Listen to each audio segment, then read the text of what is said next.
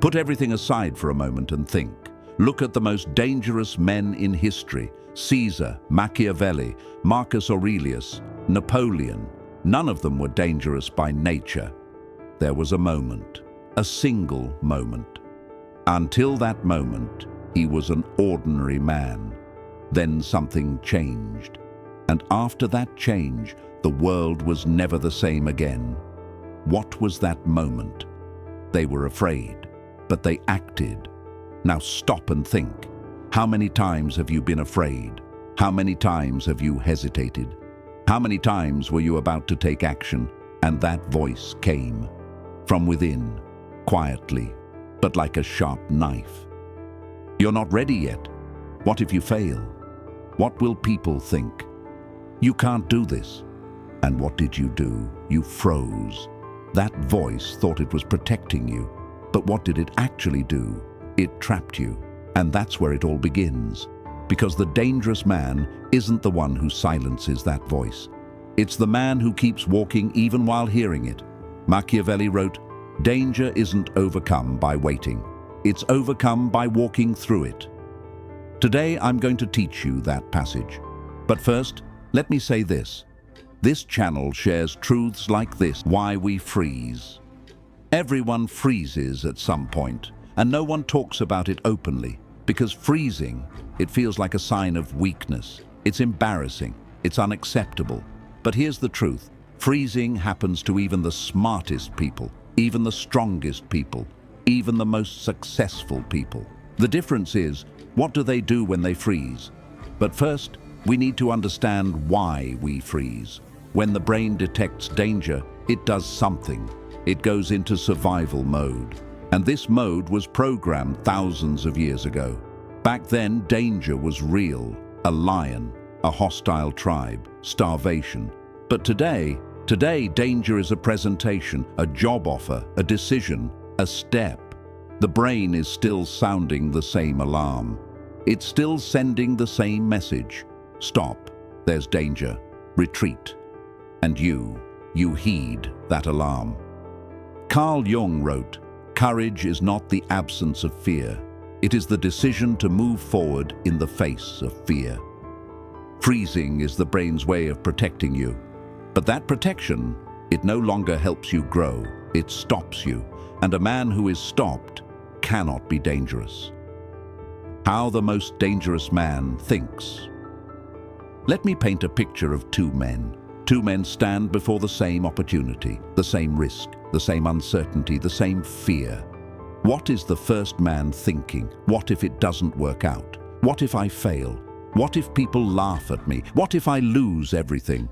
This man sees the worst-case scenario, and that worst-case scenario paralyzes him. What is the second man thinking? What if it works? Two words. But those two words, they change everything.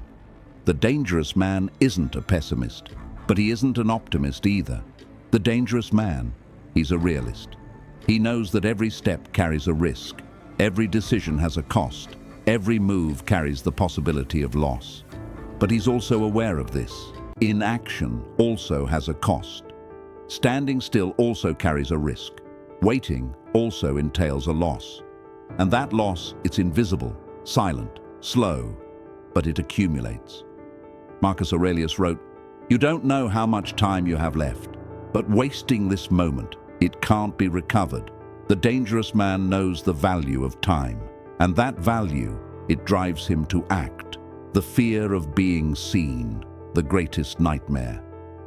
Now we're tackling the deepest fear. It's not the fear of failure, it's the fear of judgment. Because even if you fail, if no one sees it, you can handle it on your own, quietly, you move on. But what if you fail and everyone sees it? That is the real fear that paralyzes most people. That's why people don't act. That's why ideas don't come to life. That's why dreams remain just dreams, because being seen invites judgment. And being judged is the greatest nightmare for the man seeking approval.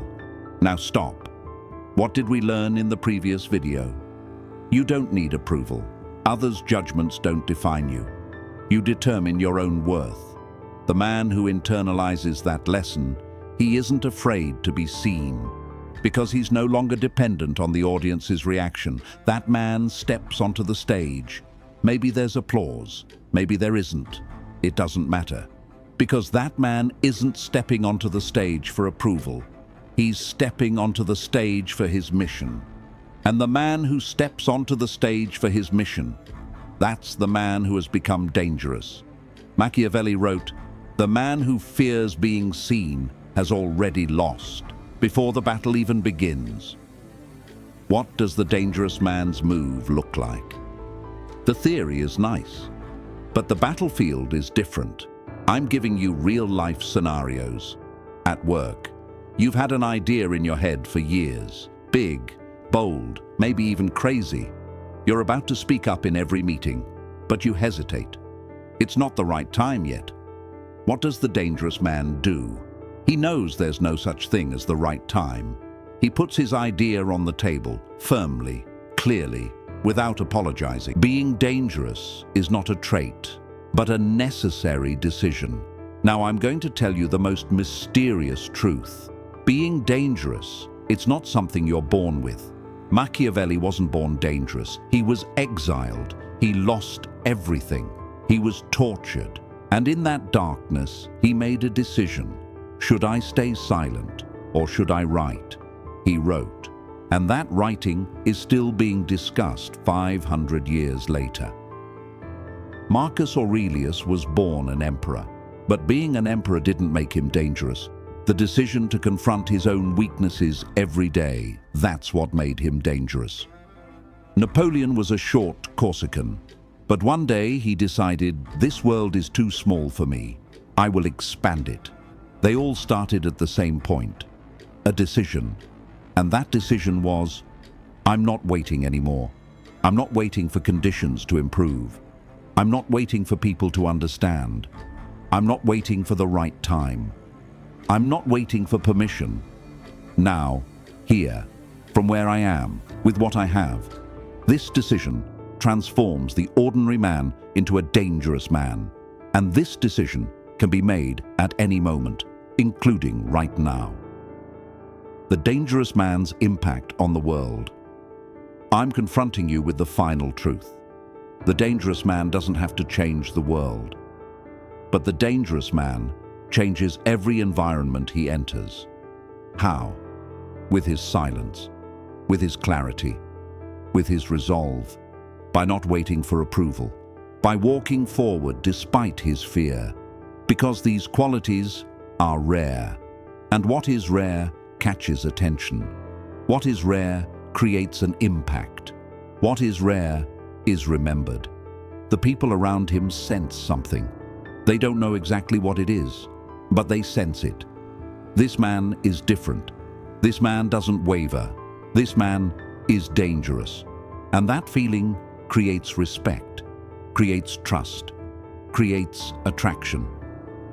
Sun Tzu wrote, "The greatest commander is the one who wins without fighting." The dangerous man doesn't fight. He simply exists, and his existence is enough. Because the truly dangerous man is dangerous not by shouting, but by being silent, not by threatening, but by existing, not by proving, but by acting. That man walks into a room, and the room changes. You can be that man with a single decision. In this video, you've faced 6 truths. You understood why you froze. You saw how the dangerous man thinks. You learned how the fear of being seen has trapped you. You saw how the dangerous man acts in real life. You realized that being dangerous is not a character trait, but a decision. And you saw the dangerous man's impact on the world. While in exile, Machiavelli wrote, "Fortuna controls half of fate. The other half is your will. Circumstances may be half against you, but the other half is always in your hands. The man who doesn't use that half has surrendered to his fate. The man who uses that half has become dangerous." Most people know this, but knowing isn't enough. You have to take action. You watched this video all the way through. If you want to dig deeper, to learn the invisible mechanics of power games, the unwritten rules of human psychology, and how a truly dangerous man is built. Subscribe.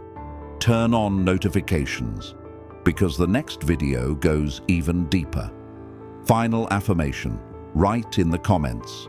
I've made up my mind. I'm dangerous now.